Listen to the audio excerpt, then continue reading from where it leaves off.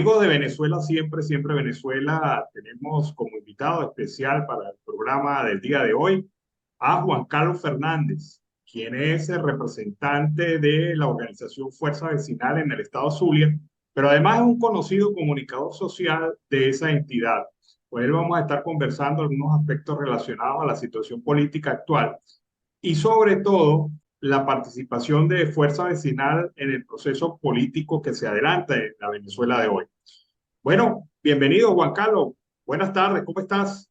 Mira, Alan, un gran placer poder conversar contigo y con toda tu amplísima audiencia, no solamente en Colombia, sino en Venezuela, en Latinoamérica y en los Estados Unidos. Sé que tienes mucha audiencia porque la diáspora nuestra está en todos lados y este programa está hecho.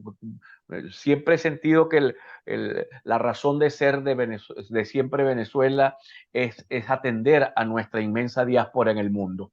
Bueno, mira, la situación política venezolana se aclaró, todavía sigue siendo muy compleja, se aclaró porque el pueblo votó en la primaria y eligió una candidata, y esa es la candidata de todos absolutamente, de todos los opositores que queremos un cambio en Venezuela.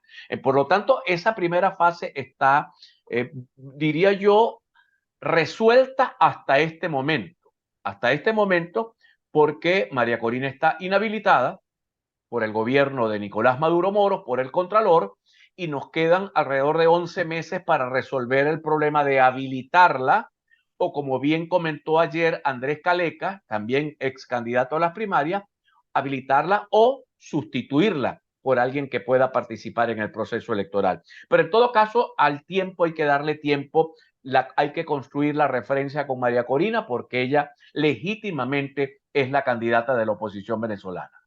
Hay un aspecto que realmente pareciera no tener mayor valor o significación, sin embargo, me gustaría tu análisis. Estas acciones del gobierno para pretender deslegitimar las primarias, para pretender deslegitimar el liderazgo de María Corina Machado, para perseguir o judicializar a los que organizaron las primarias. ¿Cómo ves este elemento? Mira, yo creo que eso es lo que llaman en psicología un acto fallido. Una cosa, yo soy abogado de primera carrera y tú no puedes suspender efectos políticos, tú puedes suspender efectos jurídicos, pero la primaria no tiene efectos jurídicos, la primaria tiene efectos políticos. Quiere decir, el pueblo salió a votar y la oposición decidió toda apoyar a la candidata que el pueblo propuso y listo. Eso no tiene ningún efecto jurídico, por lo tanto, yo no sé si los amigos del Tribunal Supremo de Justicia deben regresar a las escuelas de derecho o deben de dejar de recibir órdenes de Miraflores, porque el Tribunal Supremo de Justicia venezolano no es un Tribunal Supremo de Justicia, es un tribunal de la Inquisición Roja que sirve para los intereses de la Inquisición Roja y para los intereses de la corrupción. Entonces, eso ya no tiene ningún efecto jurídico. Por lo tanto, María Corina muy inteligentemente el día viernes responde: el gobierno está tensando la cuerda, pero no ha roto los acuerdos de Barbados. Un poco porque el que está ganando no vota el juego. ¿Tú sabes tú? Eso es muy popular en Venezuela, esa frase. El que está ganando no vota el juego. Entonces ya María Corina saboreó la ruta electoral, sabe que ese es el camino, sabe que ahí está la voluntad popular, y entiendo que esa declaración es no salirse del juego, aun y cuando ayer dijo lo lógico: yo no me voy a echar al lado para que otro sea candidato. También es lógico que lo diga en este momento y tiene que sostenerlo por lo menos por 10 meses más, y en el camino enderezaremos las cargas. Sí, hay un aspecto, veníamos conversando sobre la situación de la candidata María Corina Machado, sobre su posición frente a estos abusos que el gobierno ha pretendido hacer en el orden de la judicialización de todo lo que se refiere a las primarias. ¿Eso tiene alguna razón de ser? ¿Tiene alguna vida? Porque jurídicamente ya nos lo explicaba, no lo tiene. Entonces, ¿qué buscan? Mira, hablarle a su auditorio, hablarle a sus 3 millones de votos que tienen, porque si el gobierno baja la guardia, a ver, pongo en contexto, el chavismo, lo que llamamos chavismo en Venezuela, tiene dos estructuras de pensamiento. Una que es el chavismo descontento con Maduro, y la otra es el madurismo. Es más o menos mitad y mitad, según dice el doctor Félix Seijas, uno de los encuestadores más importantes de Venezuela. Entonces, Nicolás Maduro, para mantener al chavismo descontento con Maduro pegado a él, tiene que hablar duro, cantado y como un radical. Si lo ven moderado, comienza a perder esa base de apoyo. Entonces yo creo que lo que están haciendo son amagues con la intención de cantarle la música que quieren oír los oídos de sus seguidores. Pero no creo que vayan, tú ves que la gente va a las citaciones de fiscalía y salen, no salen judicializados, no salen con un régimen de presentación, no ha pasado nada hasta ahora y no creo que pase nada hasta ahora, y creo que esta moderación que está teniendo María Corina en estos momentos es lo apropiado para no darle justificación a Maduro para que tome la vía de Nicaragua, para obligarlo a estar en este brete que es donde nos conviene, porque aquí es donde los vamos a llevar para una elección en el próximo año 24. El acuerdo de Barbados, María Corina dice que se ha tensado, pero ¿qué impacto puede tener dentro del gobierno las indicaciones veladas y directas por parte del gobierno de los Estados Unidos sobre el respeto a la democracia? Mira, yo creo mucho, eh, a ver, todos estos cambios que han habido con el gobierno de Biden no tiene nada que ver con el problema democrático venezolano, tiene que ver con la geopolítica, tiene que ver con la guerra, la invasión de Rusia a Ucrania, y ahora tiene que ver con esto que está ocurriendo en Gaza, que puede escalar. Todo apunta, ayer Estados Unidos envió un submarino atómico a la zona, tiene 2 portaaviones, tiene 2 escuadras que tienen esos portaaviones, y parece que esta situación en el Medio Oriente va a escalar. ¿Qué necesita el mundo cuando la situación se pone tensa? Energía, petróleo y gas. Y Estados Unidos apostó a arreglarse con Venezuela por petróleo y gas, aunque no va a abandonar la exigencia democrática. Entonces, fíjate tú, María Corina da esa declaración tan moderada, no se ha roto la cuerda, porque sabe que Estados Unidos no va a romper la cuerda. Primero porque acaba de entrar una nueva empresa suiza a Venezuela, petrolera, una empresa de servicio de pozos que rescata pozos que están cerrados, y cada pozo de esos, para volverle a levantar la producción, necesita $500,000 aproximadamente en inversión. Entonces, nadie va a venir a invertir en Venezuela si los norteamericanos no le dan garantía de que las sanciones van a mantenerse como están, quiere decir, relajadas, que va a permitir que la actividad petrolera continúe. Entonces, estas señales hay que verlas, ¿no? Para no perder la óptica de lo que está pasando. Tienes 2 guerras en este momento en el mundo muy importantes, tienes una escasez de gas licuado y de petróleo, tanto en Europa. Estados Unidos no quiere que el petróleo venezolano vaya a Europa, quiere que vaya a Estados Unidos para ellos venderle petróleo a Europa y venderle gas licuado del de ellos. Así que en estas guerras donde Estados Unidos siempre sale ganando en lo económico, no sé en lo político, creo que priva el interés nacional de ellos, y van a mantener relajadas las sanciones, y no creo que vayamos a romper Barbados. Bueno, es que de todas maneras esa camisa de Barbados, bien bonita, bien hecha, bien confeccionada, no le gusta para nada, le causa piquiña a Maduro y al régimen en términos generales.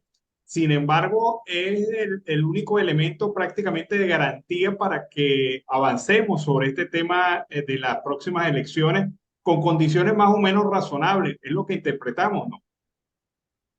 Sí, el compromiso es condiciones razonables, y creo que es apropiado que digas esa frase, condiciones razonables, porque Venezuela no es Suiza, ni Maduro es el presidente de Suiza ni el presidente de Noruega. Maduro es un tipo, yo no lo voy a calificar necesariamente de dictador, pero por lo menos es un autoritario. Entonces, para mantenerlo obligarlo a mantener abierta la ruta electoral, es que se lograron estos acuerdos. Entonces, el acuerdo es una camisa bonita, como bien tú lo dices, pero también intenta ser una camisa de fuerza para Maduro y también una camisa de fuerza para la oposición, para que se mantenga en la ruta democrática. Recuerda que en la oposición venezolana hay grupos que han inventado de todo, incluyendo la invasión extranjera, el TIAR, el R2P. Aquí ha habido gente haciendo dibujo libre y haciéndonos perder años y años de lucha política por estar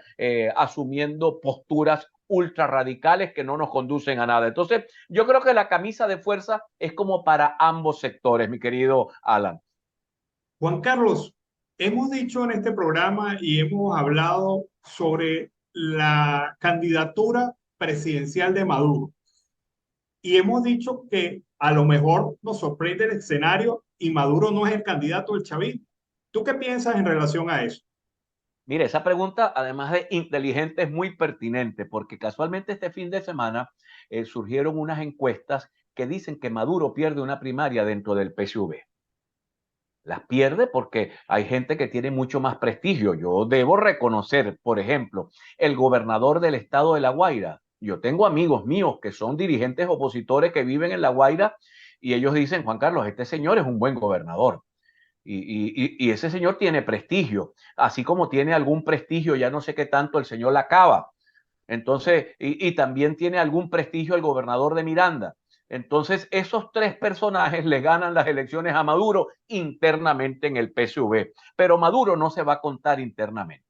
Maduro sabe, digamos, eh, esta estructura de poder que ellos han diseñado es una estructura que se basa en grupos de fuerza.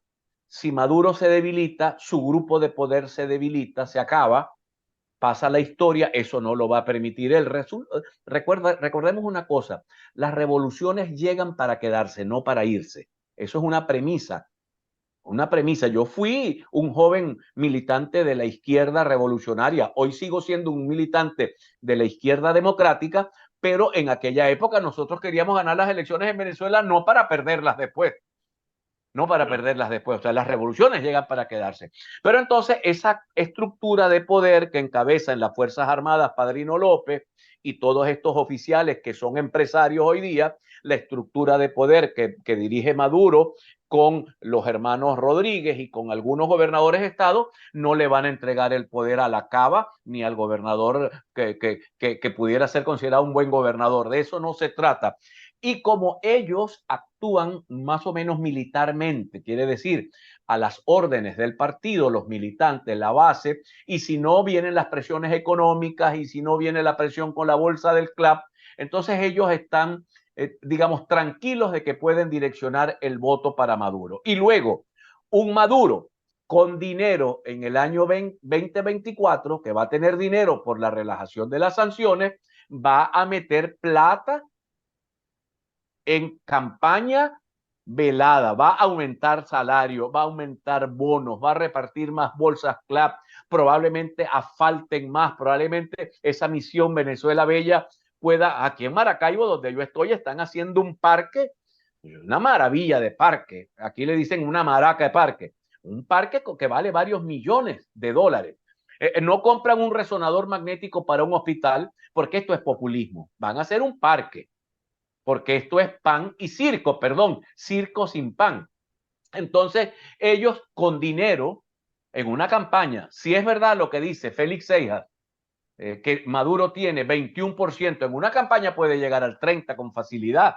Por lo tanto, la oposición necesita mantenerse unida y coherente porque Maduro con un 30 y la oposición dividida, la derrota está cantada. Entonces, esto es un problema de coherencia política de la oposición, por lo menos de la llamada oposición no tocada por el régimen, porque tú sabes que en Venezuela hay varias oposiciones, hay unos que son evidentemente tocados por el régimen, hay otros que por los problemas internos de sus partidos han terminado judicializados sus partidos y hay un sector mayoritario que está muy maltrecho, por cierto, en la opinión pública, tendrá que recuperarse, pero la opinión pública quiere un cambio. Entonces, si mantenemos juntos a la oposición y un mensaje claro a la población que quiere un cambio, pudiéramos decir que tenemos una inmensa oportunidad de que en el 2024 se produzcan los cambios que Venezuela necesita y que la mayoría de la población desea.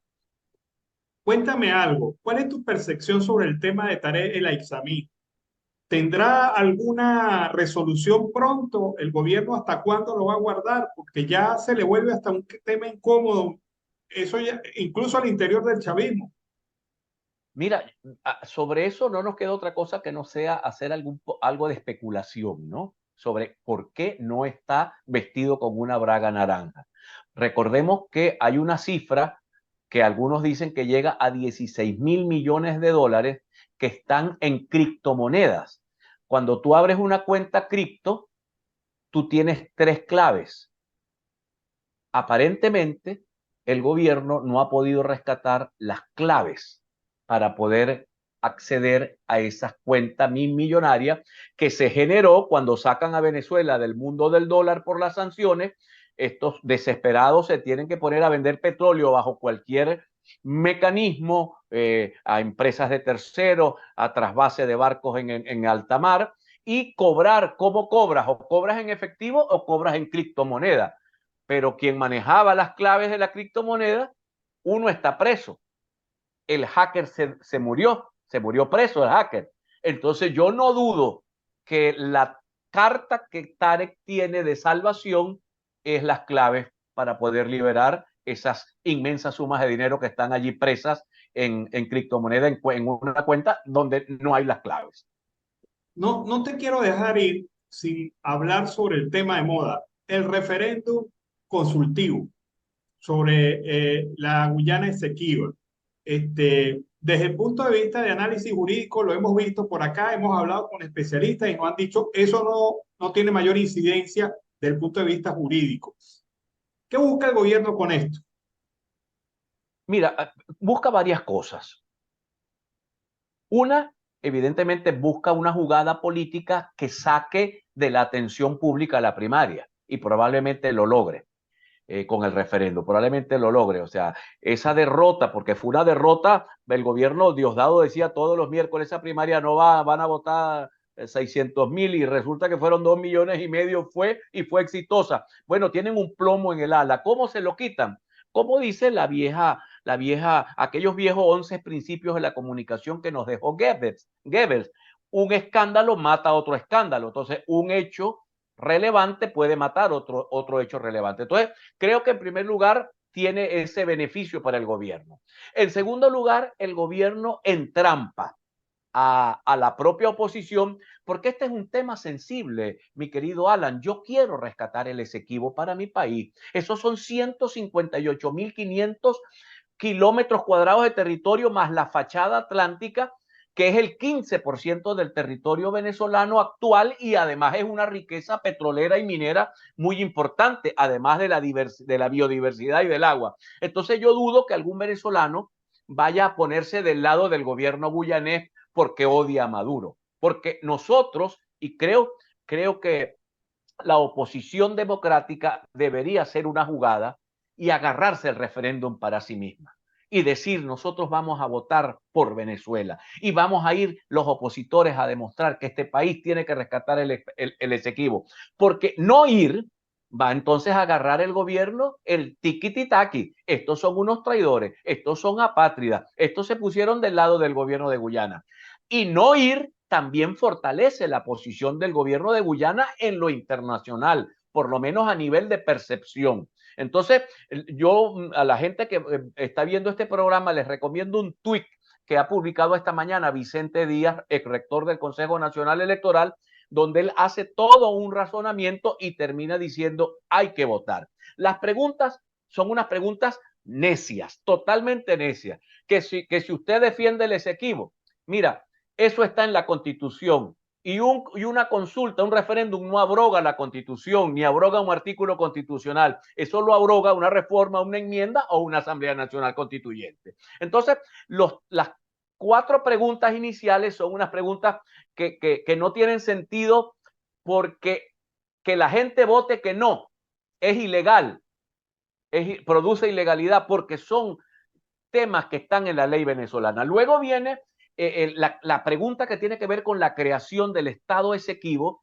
yo creo que aún a pesar de que profundiza la diferencia, también tenemos que hacer algo con respecto a que el señor presidente de Guyana esté dando concesiones en esas aguas, que son aguas que no están delimitadas y que pueden ser nuestras en una solución pacífica del conflicto o en una solución violenta del conflicto, quiera Dios que sea pacífica. Entonces, si él es capaz de pasarse por encima en los acuerdos de Ginebra entregando concesión, Venezuela también tiene legítimo derecho a decir que ese es un estado de Venezuela y que vamos a repoblar y que vamos a hacer pistas de aterrizaje y vamos a hacer fincas ganaderas y de palma aceitera y cuánta cosa se puede hacer ahí. Yo creo que es válido, es legítimo, un poco como que la salsa del pavo es para la pava. Entonces, el referéndum, si lo colocamos en el plano de la lucha gobierno contra oposición, creo que la oposición pudiera salir mal parada.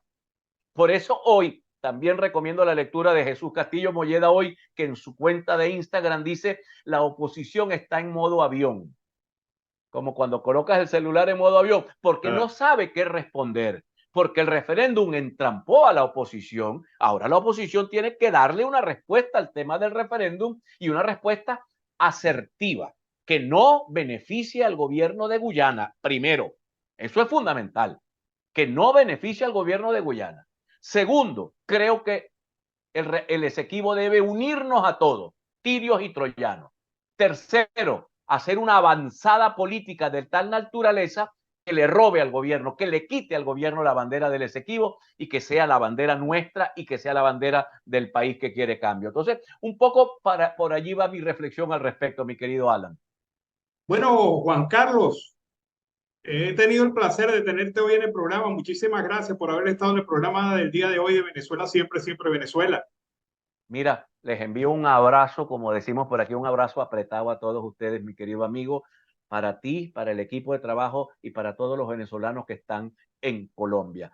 Te pido, por favor, me envíes la grabación, sé que has grabado el programa, para publicarla en mis redes y ayudar un poco a difundir ese trabajo invalorable que realizan ustedes desde el programa.